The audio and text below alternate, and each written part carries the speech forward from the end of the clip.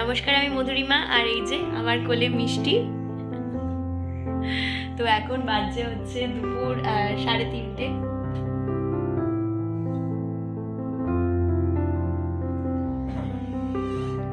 মিষ্টি এখন এই যে ওর দাদার সাথে গেল, আর এখন বাজে দুপুর 3:30-এর মতন। আর এখন থেকে আমি আমার ব্লগটা স্টার্ট করছি। তো আজকে ও আর মম দুজনে মিলে গিয়েছে ওই মমের আগের ফ্ল্যাটে। তো ওখানে আজকে এসিটা খোলার ব্যাপার রয়েছে, তো এসিটা খুলে আবার নতুন ফ্ল্যাটে শিফট হবে, তো তার জন্যই গিয়েছে। তো মিষ্টি ঘুমাচ্ছিল, আরও বেশ কিছুক্ষণ ঘুমানোর কথা ছিল, কিন্তু আমার এত কাশি হয়েছে, মিষ্টির পাশে শুয়ে শুয়ে কাশি, তাও বালিশ চাপা দিয়ে একদম, কিন্তু একটা আওয়াজ তো হয়, তাই না? তো সেজন্য উঠে পড়েছে। তো এখন এই 3:30 আর মোটামুটি 5টা অবধি ঘুমালে ওর ঘুমটা আর কি ফুলফিল হতো। তো একটু পরেই আবার হয়তো ঘুমিয়ে পড়বে। তো যাই হোক, চলুন ব্লগটা শুরু করা যাক। আশা করছি আপনাদের ভালো লাগবে।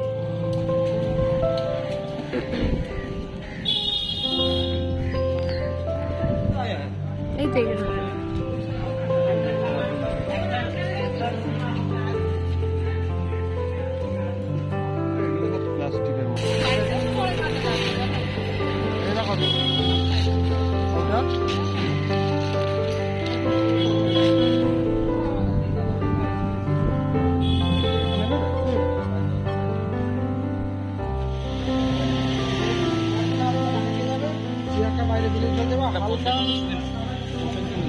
তো এই যে দুপুরবেলায় আমরা দুজনে মিলে বেরিয়ে পড়েছি।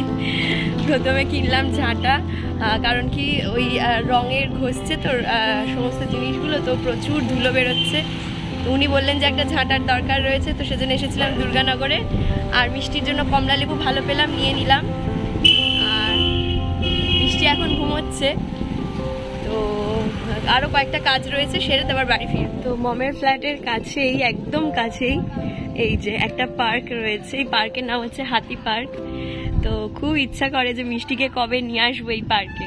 তো আজকে যদি মিষ্টি না ঘুমাতো ওকে নিয়ে আসতাম। খুব সুন্দর পার্ক। তো আজকে এই ঘরটা ঘষা কমপ্লিট হলো। নিচে প্রচন্ড ধুলো।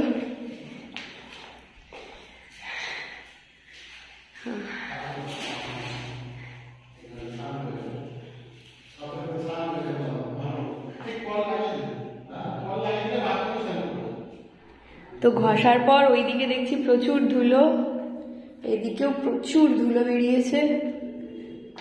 আর আমরা এই ঝাঁটাটা কিনে নিয়ে আসলাম, আর এটা দিয়ে সুন্দর ঝাড় দেওয়া যাচ্ছে।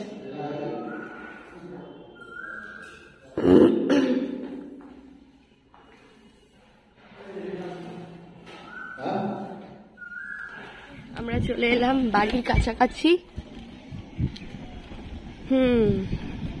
দেখা যাক মিষ্টি কি করছে, ঘুমাচ্ছে না উঠে পড়েছে।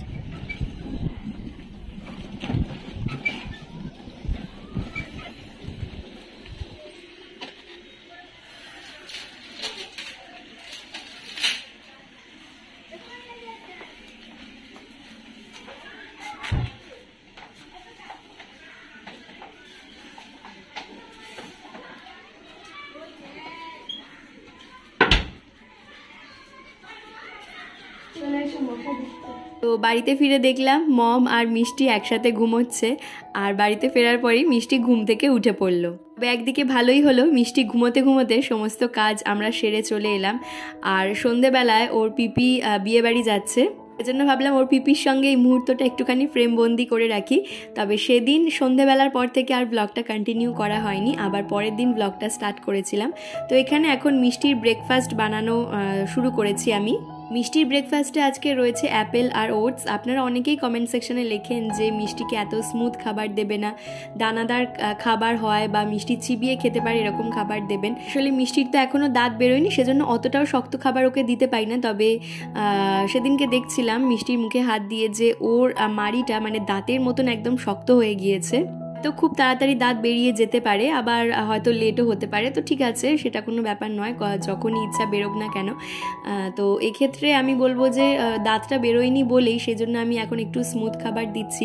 তবে আপনারা হয়তো ঠিকই বলেছেন, তার কারণ হচ্ছে মিষ্টি এখন সত্যি কথা বলতে এই ধরনের স্মুথ খাবার বা একদম যে গলে যাওয়া খাবার সেইগুলো এখন একদমই ও খেতে চাইছে না। সেজন্য দুটো খাবার মানে দুরকম খাবার, মানে সকালের ব্রেকফাস্টে যেরকম খাবার দিয়েছিলাম তার থেকে একদম অন্য ধরনের খাবার আজকে মিষ্টিকে দুপুরবেলা দিয়েছিলাম।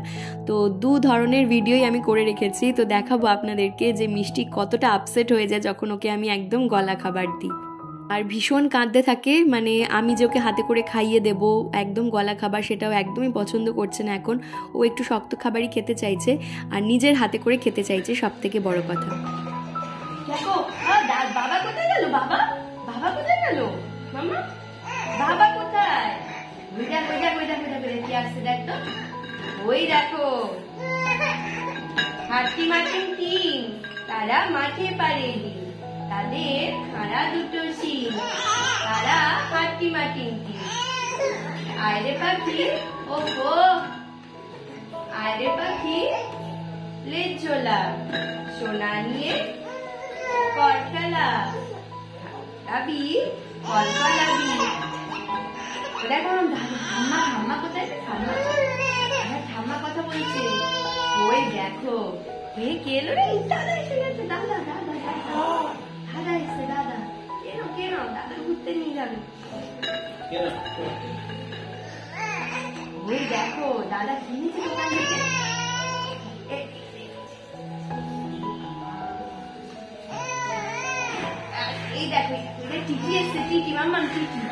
আপনারা দেখতেই পাচ্ছেন যে মিষ্টি কতটা জেদ করছে না খাওয়ার জন্য, কিন্তু মিষ্টির জন্য আলাদাভাবে আমি কমলা লেবু রেখেছি। তো ওর খাওয়া হয়ে যাওয়ার পরে আমি ওকে কমলা লেবু দিয়েছিলাম, তারপরে ও নিজের হাতে করে খেতে কতটা স্যাটিসফাইড ফিল করছে এবং কতটা এনজয় করে খাচ্ছে।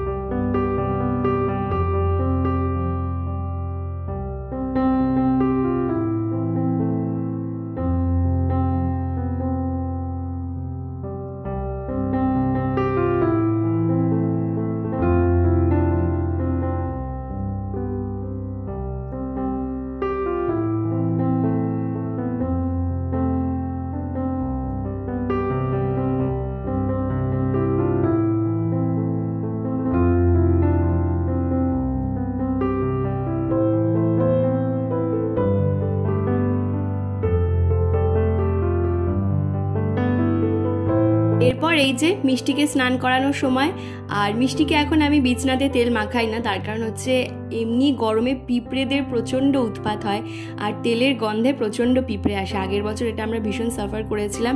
আর তার সাথে সাথে মিষ্টি এখন তেল মাখানোর সময় আগের মতন তো একদম চুপচাপ থাকে না, এধার ওধার করতে থাকে, তো সেজন্য বিছনাতে আর তেল মাখাই না, আমি প্লে ম্যাটটা পেতে নিয়ে তার উপর একটা কাঁথা নিয়ে নিয়েছি আর তার উপর মিষ্টিকে রেখে তারপর তেলটা মাখিয়ে নিই। মিষ্টির অয়েল ম্যাসাজ করানোর জন্য আমি মামা আর্থের অয়েলটা ব্যবহার করি, আগে হিমালয়ারটা ব্যবহার করতাম। তো আপনাদেরকে একবার বলেছিলাম যখন আমি তেলটা চেঞ্জ করেছিলাম যে হিমালয় ব্যবহার করে যে সমস্যাটা হচ্ছিল সেটা হচ্ছে মিষ্টির পাগুলো মনে হচ্ছিল, কারণ পাতে বেশি তেল মাখানো হতো, পাটা বেশি ডার্ক হয়ে গেছিলো আর বডিতে তুলনামূলক কম, বডিটা একটু হালকা ডার্ক আর মুখটা ফেয়ার থাকতো। যেহেতু মুখে তেল টাচই করানো হতো না, তো সেক্ষেত্রে আমি দেখলাম যে হিমালয় চেঞ্জ করার পরে মামা আর্থ যখন আমি ব্যবহার করলাম তখন ফুল বডিতেই যখন মামা আর্থ আমি ইউজ করাচ্ছি সেক্ষেত্রে ওর বডির যে স্কিন টোনটা রয়েছে একদম একই রকম আসছে। মিষ্টি যখন প্রথম হয়েছিল ভীষণ ফর্সা ছিল, তারপরে আবার গায়ের রঙটা একটু ডার্ক হয়ে গিয়েছিল, কিন্তু এখন আবার ছোটবেলার যে একদম জন্মের সময় যে স্কিন টোনটা ছিল সেটা ফিরে আসছে। সেজন্য অভিজ্ঞতা থেকে বলছি, যে সমস্ত নতুন মায়েরা আজকে আমার ব্লগটা দেখছেন তাদেরকে বলবো হিমালয় বাদ দিয়ে প্রোডাক্ট ব্যবহার করাবেন, সেক্ষেত্রে বেবির স্কিন অনেক বেশি ভালো হবে আমি মনে করি। এই মিষ্টির স্নান কমপ্লিট, এখন একটু বসালেই হামাগুড়ি দিয়ে চলে আসছে, খালি হামাগুড়ি দিয়ে চলে আসছে, এই যে একদম বিছনার ধারে আমি আছি। সকালে আপনারা দেখলেনই যে মিষ্টি খাওয়ার সময় কত বায়না করছিল, খেতে চাইছিল না। তো সেজন্য দুপুরের খাবারে আজকে একটুখানি অন্যরকম রাখবো আমি ভেবেছি। তো দুপুরের খাবারে আজকে থাকবে ভাত, তার সঙ্গে যেরকম আমরা নর্মাল ভাত খেয়ে থাকি, ভাত, তার সঙ্গে গাজর একটু সেদ্ধ দেবো। গাজরগুলো আমি একটু লম্বা করে কেটেছি যাতে মিষ্টি হাতে ধরে খেতে পারে। গাজর আর বিনসটা আমি কেটে নিয়েছি। চালের সাথে এই সবজিগুলো সেদ্ধ করে নিচ্ছি আর জলের কোয়ান্টিটিটা এরকম রেখেছি যাতে একদম ফেনা ফেনা না হয়, আবার ভাতটাও বেশ ভালো মতন গলে যায়। আর এরপর আমি একটুখানি কুমড়ো ভাজা করে নেব। তো ফ্রাইং প্যানে আমি দিয়ে দিচ্ছি তেল। তো আমি আজকে সাদা তেলেই ভাজাটা করছি। তো আপনাদের কাছ থেকে আমি জানতে চাইবো যে আপনারা যদি বাচ্চাদেরকে ভাজা দেন তাহলে কি তেল ব্যবহার করেন। সাদা তেল দেওয়াটা আদৌ ঠিক কি ভুল, বা সর্ষের তেল ব্যবহার করলে বেশি ভালো হতো কিনা সেটা ডেফিনেটলি কিন্তু আপনারা কমেন্ট সেকশনে জানাবেন। তো এখানে কুমড়োগুলো দিয়ে দিয়েছি, কুমড়োগুলো ভালোভাবে একটু ভেজে নেব। এখানে মিষ্টির খাবারটা একদম রেডি হয়ে গেলে তারপর আমি স্নান করে নেব। আর মিষ্টির তো স্নান আগেই হয়ে গিয়েছে। আমার স্নান হয়ে যাওয়ার পরে তারপর মিষ্টিকে খেতে বসাবো।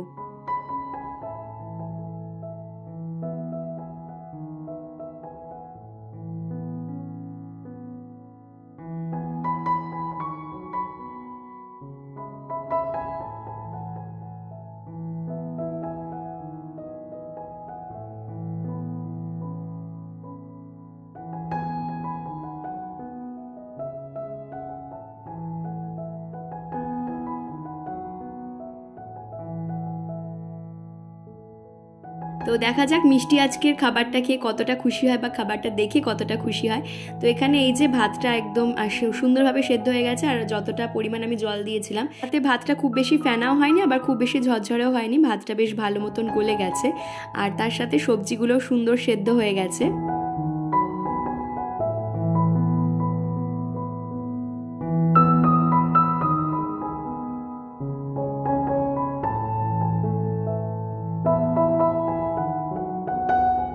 এরপর আমি মিষ্টির জন্য ডাল সেদ্ধও করেছিলাম। তো ডাল সেদ্ধটা এর মধ্যে দিয়ে দিচ্ছি, ভাতের সাথে ভালোভাবে মাখিয়ে নেব।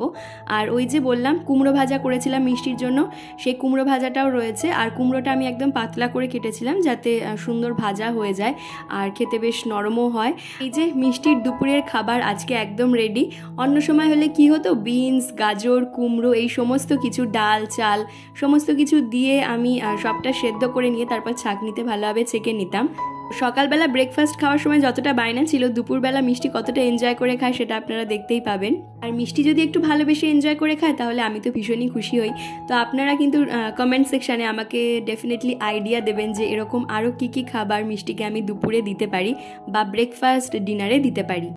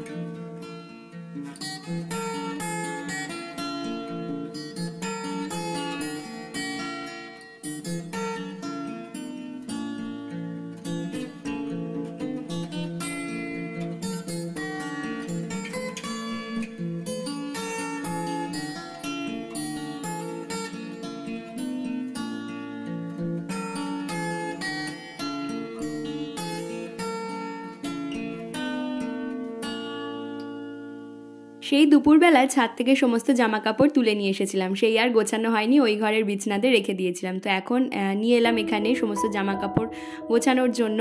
তো একদিকে গুছিয়ে গুছিয়ে রাখছি, আর এরকম একদিন হয়েছে যে সমস্ত কিছু গুছিয়ে রাখার পরে মিষ্টি আবার সব লন্ডভন্ড করে দিয়েছে। তো সেজন্য একটা সেফ জায়গায় রাখছি। আর মিষ্টি এখানে খেলাধুলা করছে, ছোটো ছোটো ক্লিপ যেগুলো রয়েছে সেগুলো নিয়ে খেলছে এবং জামা কাপড় নিয়ে খেলছে। তাহলে ভিডিওটা দেখতে দেখতে যারা একদম শেষ অবধি চলে এলেন, আশা রাখবো ভিডিওটা হয়তো তাদের একটু হলেও ভালো লেগেছে। আর যদি ভালো লেগে থাকে তাহলে চ্যানেলটা সাবস্ক্রাইব করে দিতে ভুলবেন না, আর আপনার ফ্রেন্ডস অ্যান্ড ফ্যামিলি মেম্বার্সদের সাথেও শেয়ার করে নিতে ভুলবেন না। কেমন লাগলো অবশ্যই কমেন্ট সেকশনে জানাবেন। আর আপনার করা একটা লাইক আমাকে নেক্সট ভিডিও বানাতে অনেক অনেক বেশি মোটিভেট করে। তাহলে আজকের ভিডিওটা এখানেই শেষ করছি, ফিরবো নতুন ভিডিও নিয়ে। ভালো থাকবেন, সুস্থ থাকবেন, ধন্যবাদ।